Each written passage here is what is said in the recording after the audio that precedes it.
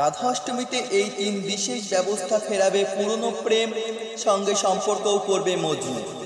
প্রতি বছর ভাদ্রপদ মাসের শুক্লপক্ষের অষ্টমী তিথিতে রাধাষ্টমী উৎসব মহা ধুমধামের সঙ্গে পালিত হয়।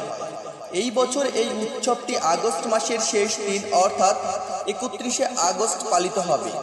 পৌরাণিক কাহিনী অনুসারে প্রাচীন কালে এই দিনে দেবী রাধার জন্ম হয়েছিল। বিশ্বাস করা হয় যে যারা সত্যিকারের হৃদয়ে রাধাষ্টমীর উপবাস রাখেন এবং পুজো করেন তাদের জীবনে সুখ বিরাজ করে। দেবী রাধা ছাড়াও রাধাষ্টমীতে ভগবান কৃষ্ণের পূজা করাও শুভ। আসুন যারা অষ্টমীর পুজোর শুভ সময় এবং প্রতিকার সম্পর্কে জেনে নেওয়া যাক। রাধা অষ্টমীর দিনে রাধা এবং কৃষ্ণকে একসঙ্গে পুজো করুন। এছাড়াও তাদের হলুদ পোশাক, ফুল, গোলাপ, ময়ূরের পালক, বাঁশি এবং মিষ্টি অর্পণ করুন। আপনার বৈবাহিক জীবনে মাধুর্যের জন্য প্রার্থনা করুন। এটি করার মাধ্যমে আপনি দেবী রাধা ও কৃষ্ণ উভয়ের আশীর্বাদই পাবেন এবং বিবাহিত জীবনে সুখ আসবে।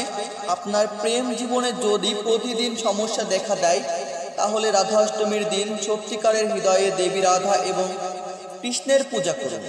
তাদের একটি ময়ূর পালক অর্পণ করুন। পুজোর পর আপনার শোবার ঘরের দক্ষিণ পশ্চিম দিকে ময়ূর পালক উপরের দিকে রাখুন। এটি আপনার ঘরের ইতিবাচকতা আনবে এবং ঝামেলা কমাবে।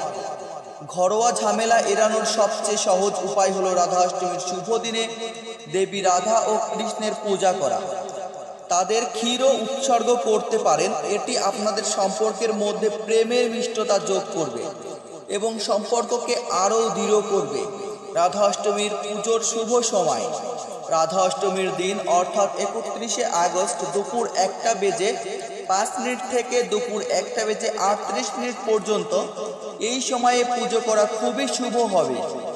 একই সঙ্গে যারা এই দিনে উপবাস রাখবেন তারা সূর্যাস্তের পর সন্ধ্যা 6:40 উপবাস ভাঙতে পারেন। ধন্যবাদ বন্ধুরা, ভিডিওটি ভালো লাগলে বন্ধুদের কাছে শেয়ার করুন। নতুন নতুন ভিডিও পেতে চ্যানেলটি সাবস্ক্রাইব করুন।